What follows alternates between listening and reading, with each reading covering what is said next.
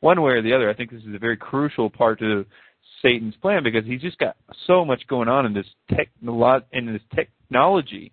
And I think that what he really wants and what Satan has really always wanted really can be made manifest with this technology that I think has to do a lot with the spiritual, that most scientists, regular scientists, don't even consider that the two could ne'er the twain, the two shall meet, or whatever. But I think they are meeting in the twain there. Yeah, it might become a fashion statement, you know. I mean, whoever thought that a swastika would be cool to some people, but Charles Manson, you know, he set that standard, right? Right. Right. Yeah. Okay, thank you for answering my question. Cool, man. I guess that was about it. I do recommend you guys should definitely see that new Indiana Jones movie if you haven't already. I was telling somebody else, in Spielberg and Lucas, they put it all out on the table. And really? as I was sitting there, I was thinking, okay, what part of this movie is not true? And I just couldn't. All of it was true. Their whole belief system on aliens coming to Earth thousands of years ago and giving us our knowledge, and the fact that they're coming back in the future, and I mean, it was crazy. I couldn't believe it. That's weird. Wow. Yeah, I couldn't believe it. Yeah, I can't wait to see it. I haven't had a chance to go yet. Hey, and you were saying something about the with Spielberg and Lucas with the Clone Wars, weren't you, Frank? A little while ago, you did kind of a little expose on Star Wars. Yeah. I don't know. I definitely Lucas is definitely tied in, and Spielberg with the alien connection thing. I was just very, very curious to see what is in this film. I know in the trailer they had the crate marked Roswell. So I figured there was some kind of alien thing, like most people that saw that did, but I haven't seen it yet. Pretty much, is that what you're saying? That's what's in the film? That aliens came here? That's what's in the film. And Indiana Jones, or Henry Jones, he was the perfect skeptic. Perfect. He didn't believe it, even though all the evidence was there in front of him. He represented the skeptics perfectly. And then, obviously, in the end, there it was. One of the most cryptic things in the movie was the communist lady saying that what they wanted the technology for, which was the crystal skull, was to change the Americans' minds, gradually make them think like us over time, and you'll never even see it coming. You won't even know your minds have been changed. And it was incredible. Wow. To say the least. Wow. Yeah, that's something else. God bless. But all right, guys, thanks for taking my call. Thanks for calling in, man. Thanks. All right. Fellas, yeah, I need to cut out too here. I really appreciate it, man. This has been such a blessing for me because just to meet you guys over the phone, it really does something. It pumps me up and gets me ready to go out there and do a few more podcasts for the faith. You know what I'm saying? Right on, man. Cool, man. Well, stay in touch. Hey, I will, and I look forward to maybe doing some other stuff with you because I got a lot of stuff, and right now I'm really focused on that Great Pyramid. I think some of the biblical aspects of that are really going to be kind of interesting. Cool, man. Yeah. Hit me up. All right, Josh. Take care, and God bless. God bless. Yeah, so with the mark, I think just like everything else, it's important to remember we don't know until it actually happens, It'll be something that it'll make perfect sense to us when we're presented with it. And, for the time being, I do believe that it's going to be some kind of a chip, whether it's, just an RFID chip or something that's going to come down the line as a juiced up, we could have a whole processor in our hand for all we know. But, might not be. We'll know when the time comes, The Holy Spirit will let us know. And it then becomes like a decision for us. Do we continue living in this realm as it is status quo, or do we really put it on the line and risk death or just give ourselves over to being to having our lives ended? I mean, that's what it's going to come down to. So I just wanted to throw that in there. And I can't overstate the importance of it, especially like all this last work that I was doing with the sleep paralysis and stuff. It just, everything seems so devoted to the personal free will decision that people make, and it's all like smoke and mirrors onto who it is that they're making the decision to. That's why that Jordan Maxwell video was so significant, talking about that alien encounter where he goes back and gives these beings that he clearly doesn't know anything about except for they scare him a lot, and then he makes a deal with them to, use him, channel through him. I mean, that's just not good business, no matter which way you look at it. But anyway, I guess what I'm saying is that it seems in the Mark thing that it's so much concerned about, that's what it is. It's like an opportunity, a way to get human free will to give him free will. He's got it down to a science. I look at it a little bit like that. It's probably got a multitude of uses. Like anything else, it seems like there are multifaceted reasons for a lot of the things going on from that camp, but it definitely seems like it's a matter of the heart, and it's got a way to give us to give him a topan, a foothold, a big one. Yeah, absolutely. That's just basically opening yourself up to them. I can't help but to think that we are somehow capable gateways for these things, for these demonic things, and when you submit to them, you're basically just allowing, basically kicking out the Holy Spirit from, your wherever it resides, and just opening yourself up for something else to come rushing in and to use you however it's going to use you. Mm-hmm. Yeah. Well, I tell you that sleep paralysis movie, I really hope that does some good for everybody. I just talked to some of the guys over there at Alien Abduction Crisis Centers of America, Joe Jordan and Dave, and they were really excited about it. They've been looking for something like that to help them in their ministry for a long time. And I'm already getting emails from a lot of people that have it and have experienced a lot of stuff. A lot of people that, I know, a lot of people that I wouldn't have expected.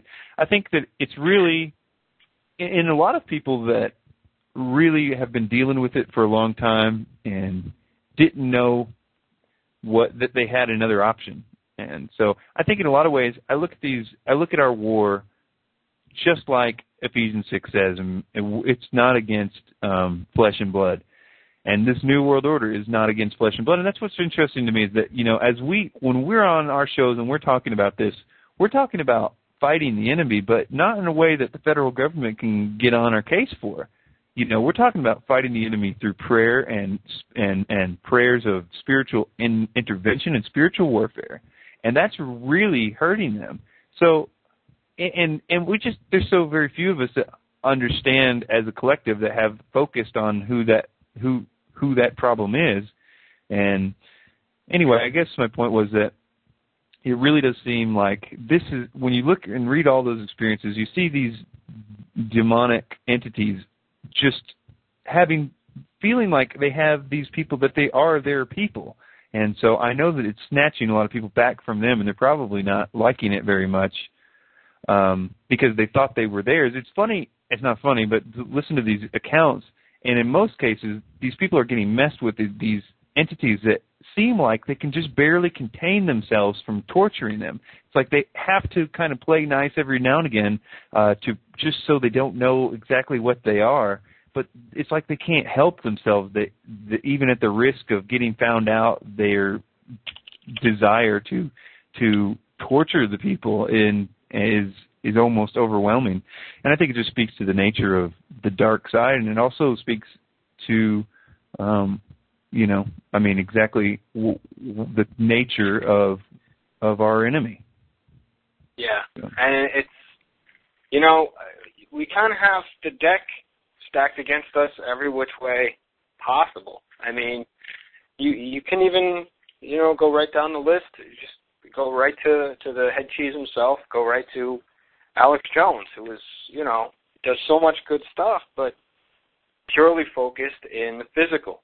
And I've heard enough from him, like different I think when Endgame came out, he did a lot of lecture stuff that I watched, and people were trying to ask him stuff about, like, the spiritual world and Nephilim and whatnot, and he just doesn't want to go there because he'll lose complete credibility, any credibility that he has, which is, you know, minuscule to begin with outside of the truth crowd. But, I mean, you just don't get the churches telling you what's going on. You don't get the people that are talking about the New World Order giving you any lowdown on the spiritual side of it, which is actually the complete and total driving force behind it.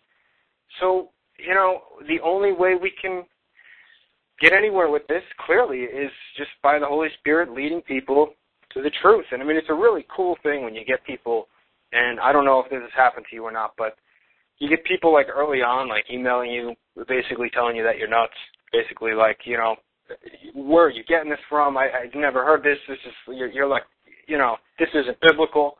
And then, you know, 4 months later, 3 months later, you get an email from them like, I've just listened to, like, your entire archive. I never saw this before. I can't believe I missed it.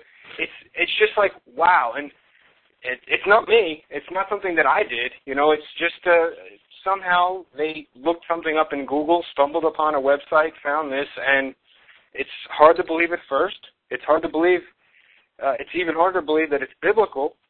But then, you know, the Holy Spirit works with them, and they do their own study. You know, they do their own looking things up and researching things. And I don't know. It's just a really beautiful thing to have something like that happen. And we have Ziggy calling. Let's kick Ziggy up. Ziggy Beats. You there, Zig? What's Hello, going on, Ziggy. boys? Hey, what's up, man? Hey, man. Not much. Just listening to you guys. You're chatting here. It's a pretty interesting topic. I'm enjoying it, man.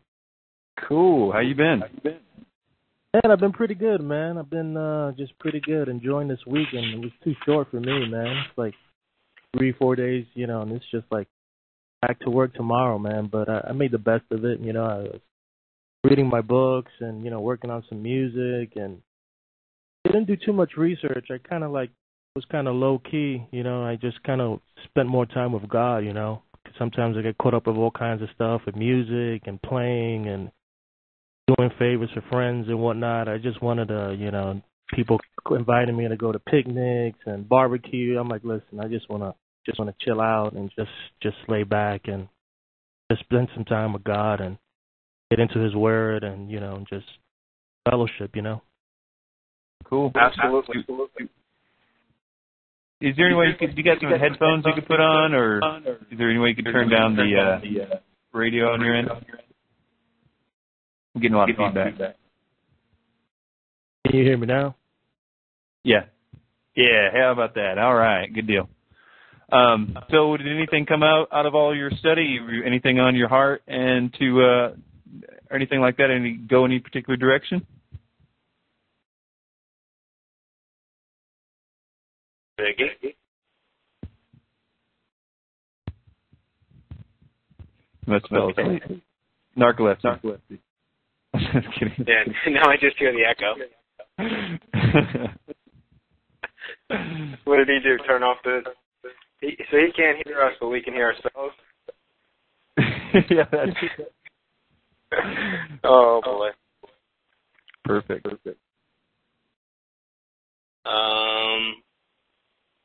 What should we do now? Well, I guess we could continue on a little bit. I'm sure he's got some technical issues. I know with the TalkShoe phone there, that thing is definitely got some issues with it to be worked out. But I'm getting closer with it. Cool.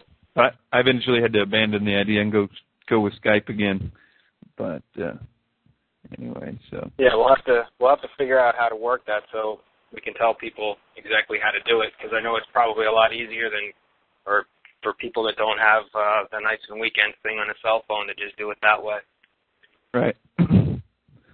Right.